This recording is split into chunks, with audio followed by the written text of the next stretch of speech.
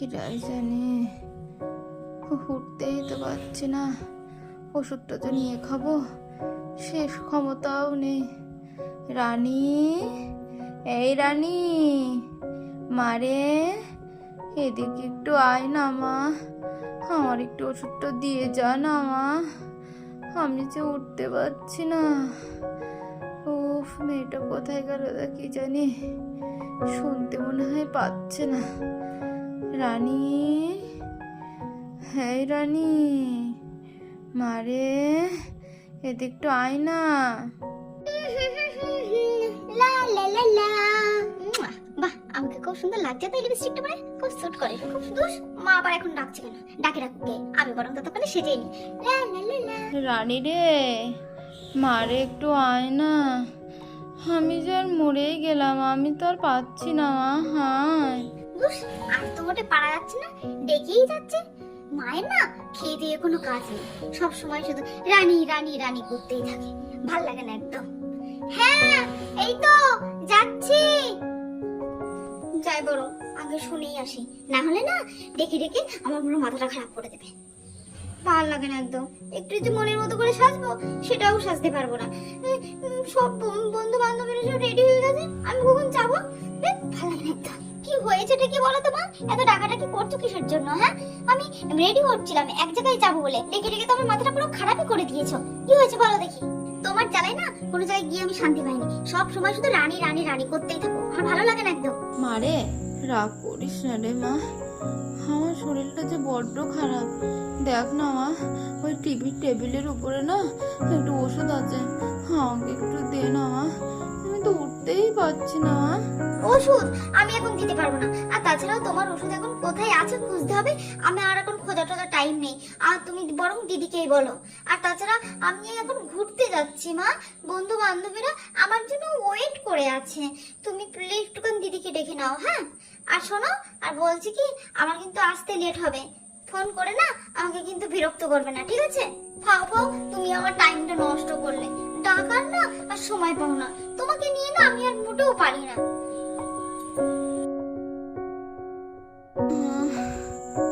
মেয়েটার সময় হলো না আমার একটু ওষুধটা দেওয়ার, বড্ড তাড়াহুড়োর মধ্যে ছিল, ওই জন্যই মনে হয় দিল না। উফ, কি যে করব কিছুই তো বুঝতে পারছি না, যে নিজের একটু ক্ষমতা নেই, ওষুধটা নিয়ে খাবো। মা গো, মা, ও মা, মা কি হয়েছে মা, তুমি শুয়ে আছো কেন মা? হ্যাঁ, কত বেলা হয়ে গেছে, তাও দেখছি তুমি শুয়ে আছো, কি হয়েছে মা? বলো, আমাকে বলো মা। আমাকে একটা কাজ করে দিবি জবা? দেখ না, ওই টেবিলের উপরে না ওষুধ আছে, আমার একটু ওষুধটা দে না। আর বলিস না, কালকে রাত্রে যে শুলাম, সেই যে শুলাম, সকাল থেকে যে আর উঠতেই পারলাম না। একটু দে না জবা, আমি আর পাচ্ছি না রে, একটুখানি দিবি? হ্যাঁ, তুমি আমাকে আগে বলবে তো। হ্যাঁ, দিচ্ছি মা, দিচ্ছি, দাঁড়াও দাঁড়াও, আমি এক্ষুনি দিচ্ছি। ও মা, মা এ নাও মা তোমার ওষুধ, শিগগিরই ওঠো, আমি একটু তোমাকে জল এনে দিই, তুমি আগে ওষুধটা খাও মা। ও মা, দেখি তো, এদিকে ফেরো তো দেখি তোমার কি হয়েছে। বাবা, তোমার তো জ্বর মা, সারা শরীর তো ভীষণ গরম, তোমার তো গা পুরো পুড়ে যাচ্ছে মা, তোমার তো জ্বর এসেছে। কি করব আমি এবার?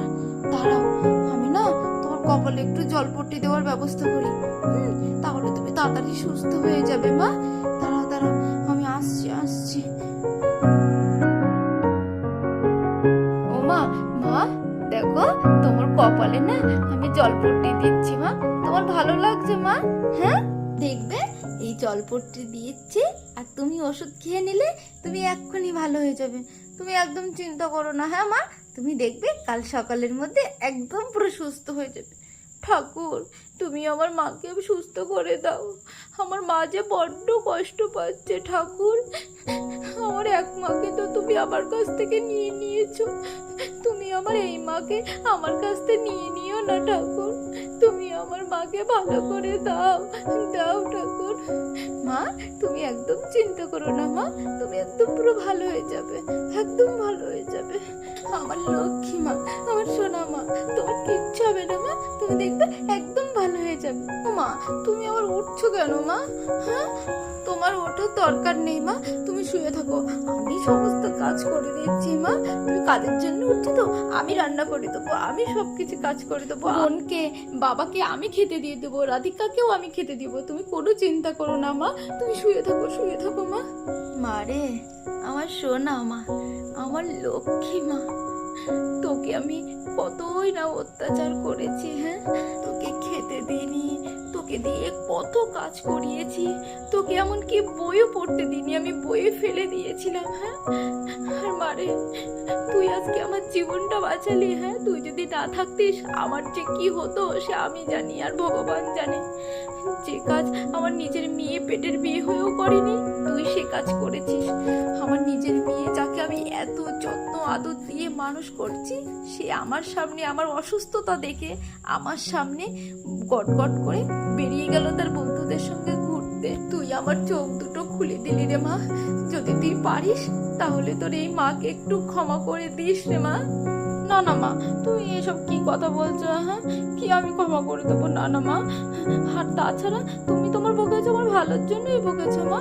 সন্তানরা একটু দুষ্টুমি করলে মারা তো বকে, হ্যাঁ তাই বলে এরকম কথা বলতে আছে? হ্যাঁ এরকম কথা কিন্তু তুমি আর কখনো বলবে না, হ্যাঁ তুমি তো আমার মা, মারা কি কখনো এরকম কথা বলে? হ্যাঁ আমার সোনা মা, আমার লক্ষ্মী মা, আয় মা আয়, আমার কোলে আয়, আমি তোকে এতদিন কত ভুল না বুঝেছি, হ্যাঁ আয় মা আয়, আমার একটু কোলে আয় না মা গো।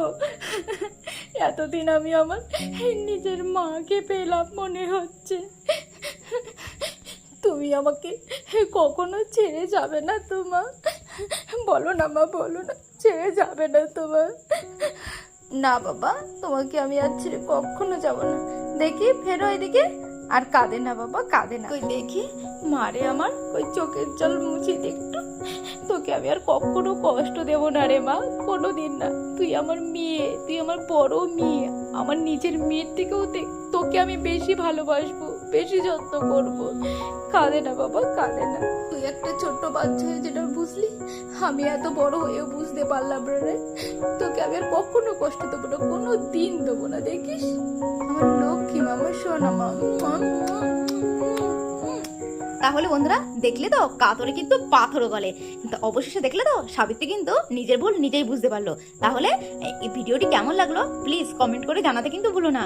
আর আমাদের এরকম দুষ্টু মিষ্টু ভিডিও পেতে অবশ্যই এবিএস বারবি স্টোরি চ্যানেলকে সাবস্ক্রাইব করে দিও। তাহলে সুস্থ থেকো, ভালো থেকো, টাটা।